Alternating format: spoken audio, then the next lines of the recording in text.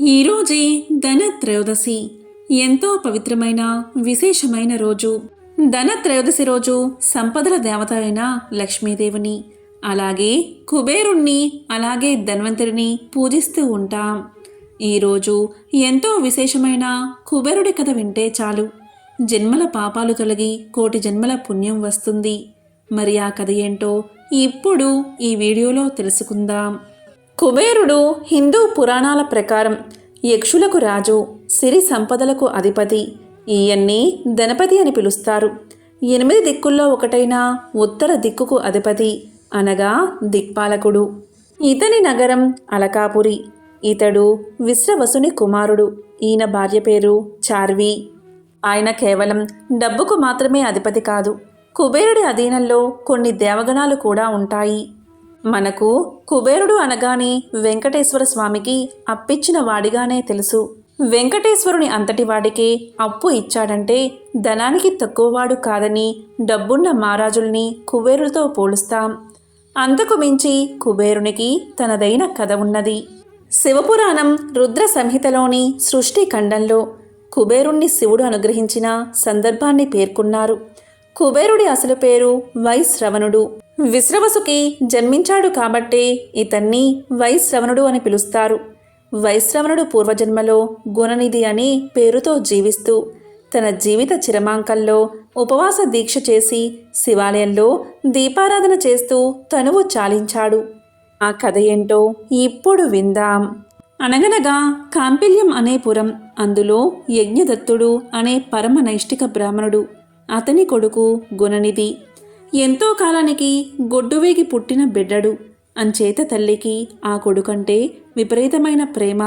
తండ్రి తన యజ్ఞయాగాది కార్యకలాపాలలో మునిగి కొడుకుపై శ్రద్ధ చూపించేవాడు కాదు. బాధ్యతంతా భార్యకే వదిలేశాడు. దీనితో ఆ గుణనిధి కాస్త చదువు, సంధ్యలు, ఆచార వ్యవహారాలు పూర్తిగా మానేసి జోదగాళ్లతోనూ విటులతోనూ చెడు తిరుగుళ్ళు పడతాడు.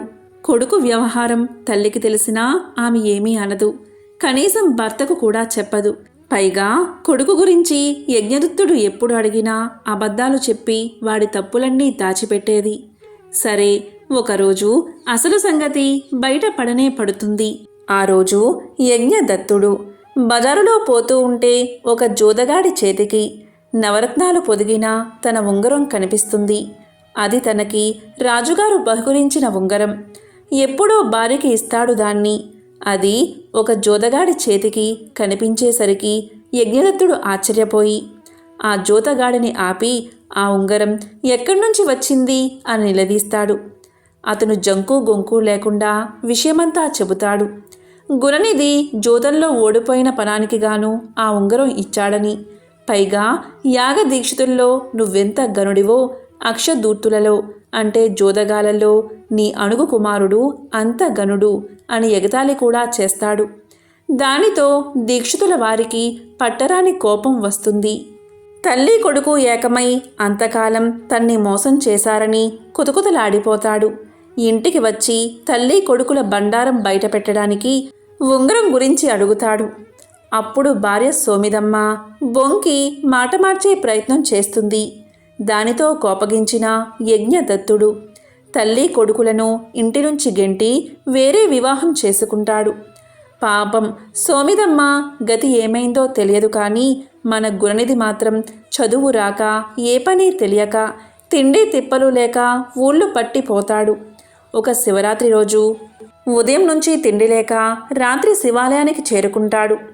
దేవుడి ముందు పెట్టిన ప్రసాదాన్ని చూసి ఆశపడతాడు.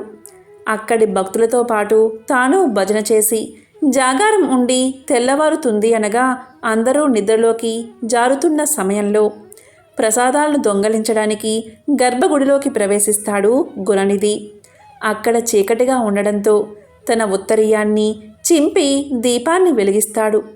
ప్రసాదాలు తీసుకుని తినడానికి బయటికి వస్తూ ఉంటే ఎవరో భక్తుడి కాలికి తగులుకోవడంతో అతను లేచి దొంగ దొంగ అని అరుస్తాడు.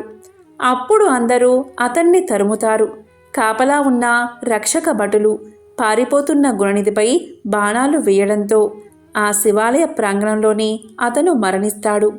అలా చనిపోయిన గుణనిధిని తీసుకెళ్లడానికి ఒకవైపు నుంచి యమదూతలు, మరోవైపు నుంచి శివగణాలు వస్తారు. శివగణాలను చూసిన యమభటులు ఆశ్చర్యపడి ఇటువంటి గుణహీనుణ్ణి, భ్రష్టుణ్ణి శివలోకం ఎలా తీసుకెళ్తారు అని వినయంగా ప్రశ్నిస్తారు. అప్పుడా శివగణాలు ఇలా చెప్తారు. శివభక్తి తత్వంలోని సూక్ష్మాలను తెలియచేసి, గుణనిధి తెలిసో తెలియకో శివరాత్రి నాడు పగలు రాత్రి ఉపవాసముండి జాగరణ చేసి శివుడి ముందు దీపాన్ని వెలిగించి శివాలయ ప్రాంగణంలో మరణించడం వల్ల అతనికి పుణ్యం లభించిందని చెబుతారు. గుణనిధి శివలోకంలో కొన్నాళ్ళు ఉండి మళ్ళీ కళింగ దేశానికి రాజుగా పుడతాడు. అప్పుడు అతను పరమ శివభక్తుడై అనేక శివలింగాలను దేశమంతటా ప్రతిష్ఠిస్తాడు. కాశీనగరంలో కూడా ఒక శివలింగాన్ని ప్రతిష్ఠిస్తాడు. శివుడి గురించి తపస్సు చేసి కుబేరుడై శివుడి సాన్నిహిత్యాన్ని కూడా పొందుతాడు. ఇది క్లుప్తంగా గుణనిధి కథ. గుణనిధి శివాలయంలో దీపారాధన చేసి తనువు చాలించడం వల్ల ఆ పుణ్యఫలంతో అతను వైశ్రవణుడిగా జన్మించి శివుడికి అత్యంత సమీపంగా ఉండే అదృష్టాన్ని కూడా పొందుతాడు. ఈశ్వర అనుగ్రహాన్ని పొందడానికి కాశీ నగరానికి వచ్చి గంగా తీరంలో తీవ్రమైన తపస్సు చేస్తాడు. అతని కఠోర తపస్సుకు మెచ్చిన శంకరుడు పార్వతీ సమేతంగా ప్రత్యక్షం అవుతాడు. పరమేశ్వరుని అమిత ప్రకాశాన్ని చూడలేక వైశ్రవణుడి కళ్ళు మూతలు పడతాయి. దీంతో శివయ్య పాదాలను దర్శించుకోవడానికి తనకు చూపు ప్రసాదించమని అతను వేడుకుంటాడు. అర్ధనారీశ్వరుడైన శివుణ్ణి దర్శించి పక్కనే అమ్మవారు ఉండడంతో వైశ్రవణుడు అసూయ పడతాడు. నిరంతరం అమ్మ శివుని వెంట ఉండడాన్ని అసూయపడి కుటిల మనసుతో ఆమె వంక చూస్తాడు.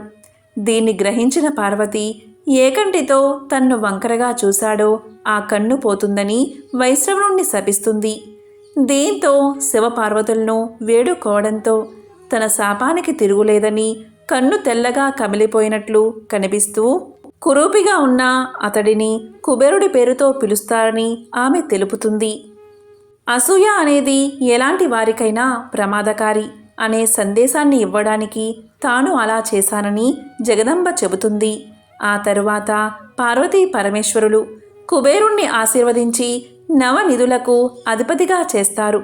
అంతేకాకుండా గుహ్యకులు, యక్షులు, కిన్నెరులు, కింపురుషులకు కుబేరుడే అధినాయకుడు. ఈ విధంగా శివుడు కుబేరునికి ధనాధ్యక్షుడిగా వరమిచ్చి అంతర్ధానమయ్యాడు. ఆ తర్వాత తాను ఎక్కడ ఉండాలో తెలియక కుబేరుడు బ్రహ్మ గురించి ఘోర తపస్సు చేశాడు. బ్రహ్మ ప్రత్యక్షమై కుబేరుడికి శంఖనిధి, పద్మనిధి, పుష్పక విమానాన్ని ప్రసాదించి త్రికూట పర్వతంపై సముద్ర మధ్య భాగంలో ఉన్న లంకా పట్టణంలో ఉండమని, పూర్వం ఆ నగరంలో రాక్షసులు ఉండేవారని, విష్ణు భయంతో వారంతా పాతాళానికి పారిపోయారని కనుక అక్కడ ఉండమని చెప్పి అదృశ్యమయ్యాడు బ్రహ్మ. అటువంటి రాక్షసుల నగరానికి అంటే లంకకు రాజైన కుబేరుడు రాక్షసాధిపతి అయ్యాడు. పాతాళ రాజైన సుమాలి కూతురు కైకసి విశ్వబ్రహ్మకు రెండవ భార్య. రావణ, కుంభకర్ణ, విభీషణులకు జన్మనిచ్చింది. ఆ విధంగా ఆ ముగ్గురు కుబేరుడికి సోదరుడు అయ్యారు. కుబేరుడి భోగ భాగ్యాలు చూసిన రావణుడు శరీర బలంలో తనకన్నా తక్కువ వాడైన కుబేరుడిపై దండెత్తి అతన్ని తరిమేసి లంకను, పుష్పక విమానాన్ని స్వాధీనం చేసుకున్నాడు.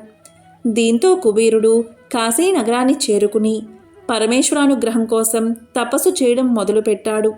దీంతో సదాశివుడు ప్రత్యక్షమై లంకా నగరాన్ని మించిన దివ్య భవనాలు, అపురూపమైన చైత్రరథం అనే ఉద్యానవనంలో నవనిధులు, మణిమాణిక్యాలతో నిండి సకల ఐశ్వర్యాలతో కూడిన అలకాపురం అనే పట్టణాన్ని నిర్మించి కుబేరుడికి ఇచ్చాడు. ఇక ఇక్కడే ఉండి యక్ష, గంధర్వ, మయులకు, గుహ్యులకు రాజువై ఉండమని వరాన్ని ప్రసాదించాడు. ధనదుడివై ఉత్తర దిక్పాలకుడిగా తనకు ప్రియమిత్రునిగా వర్ధిల్లమని చెప్పి కుబేరుడికి మంచి రూపాన్ని ప్రసాదించి శివుడు మాయమయ్యాడు. మణిమాణిక్యాలు, సంపదలతో నిండి కల్పవృక్షం నుండి వీచే చల్లని గాలిని, సుగంధ సువాసల్ని ఆస్వాదిస్తూ గంధర్వకాంతల గానానికి అనుగుణంగా రంభ, చిత్రసేన, మిశ్రకౌసి, మేనక, ఊర్వశి, సహజన్య, సౌరభేయి, బుల్బుద, లతా వంటి అప్సరసల నాట్యాలను చూసి ఆనందిస్తూ మణిభద్రుడు, గంధకుడు, గజకర్ణుడు, హేమనేత్రుడు, హారికాక్షుడు, విరూపాక్షుడు అనే అనుచరుల సేవలు అందుకుంటూ సుఖంగా ఉన్నాడు కుబేరుడు. కుబేరుడికి ఏకపింగళుడు అనే పేరు కూడా ఉంది. ఒకసారి పార్వతీదేవి శివుడి ఎడమ తొడపై కూర్చుని ఉండడం కుబేరుడు అసూయతో చూశాడట. అది చూసిన పార్వతీదేవి అతన్ని కుబేరుడు కమ్ము అని శపించిందట. చెడు దృష్టితో చూశాడు కాబట్టి ఇతని కన్ను కామెర్ల రోగికి వలె పచ్చగా మారిపోతుంది. అంటే పింగళాక్షుడు అయిపోయాడు. అందుకే ఇతనికి ఏకపింగహ అనే పేరు ఉంది. కుబేరుడు అన్నది శాపం వల్ల వచ్చిన పేరే కాని అసలు పేరు వైశ్రవణుడు మాత్రమే. కుబేరుడి భార్య పేరు చిత్రరేఖ. ఈ దంపతులకు పాంచాలికుడు, మణిగ్రీవుడు, నల కుబేరుడు అనే కొడుకులు, మీనాక్షి అనే కూతురు ఉన్నారు.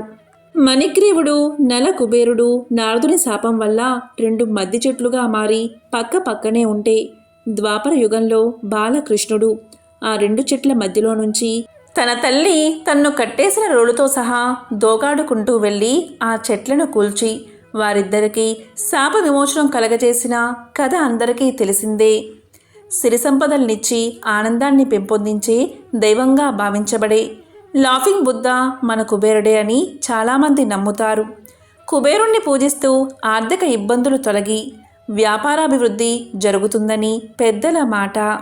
అందుకే ధనత్రయోదశి రోజు కుబేరుణ్ణి పూజిస్తారు.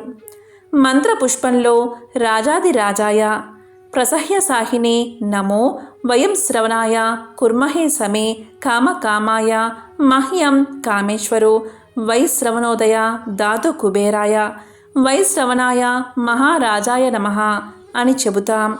హిందువులతో పాటు బౌద్ధ, జైన భక్తులు కూడా నమ్మి పూజించే దైవం కుబేరుడు. జైనులు ఇతన్ని సర్వానుభూతి అని పిలుస్తారు. బౌద్ధులు ఇతన్ని జంబాలుడు అని అంటారు. కుబేరుని చేతిలో ఎప్పుడూ బంగారు నగలు కల ఒక సంచి కానీ, వజ్రాలు మణులు వెదజల్లే ముంగిస కానీ ఉంటాయి. మరొక చేతిలో నిమ్మకాయ ఉంటుంది. అందుకే ఈయనకి జంబాలుడు అనే పేరు వచ్చింది అంటారు. అగ్ని పురాణం ప్రకారం కుబేరుడి ఆయుధం గద, వాహనం మనిషి.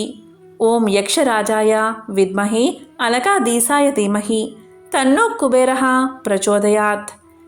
ఓం యక్షరాజాయ విద్మహే అలకాదీసాయ ధీమహి తన్నో కుబేరః ప్రచోదయాత్. కలియుగ దైవమైన శ్రీ వెంకటేశ్వరుడు శ్రీ పద్మావతి అమ్మవారితో తన వివాహం కోసం కుబేరుడి వద్ద 14 లక్షలు రామముద్ర నాణాలు అప్పు తీసుకున్నాడు. రుణపత్రం రాసి ఇచ్చారు స్వామి.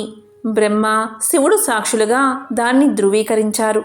రుణపత్రం ప్రకారం వివాహమైన 1000 సంవత్సరాలలో వడ్డీతో సహా రుణం మొత్తం చెల్లింపబడుతుందని పేర్కొనబడింది.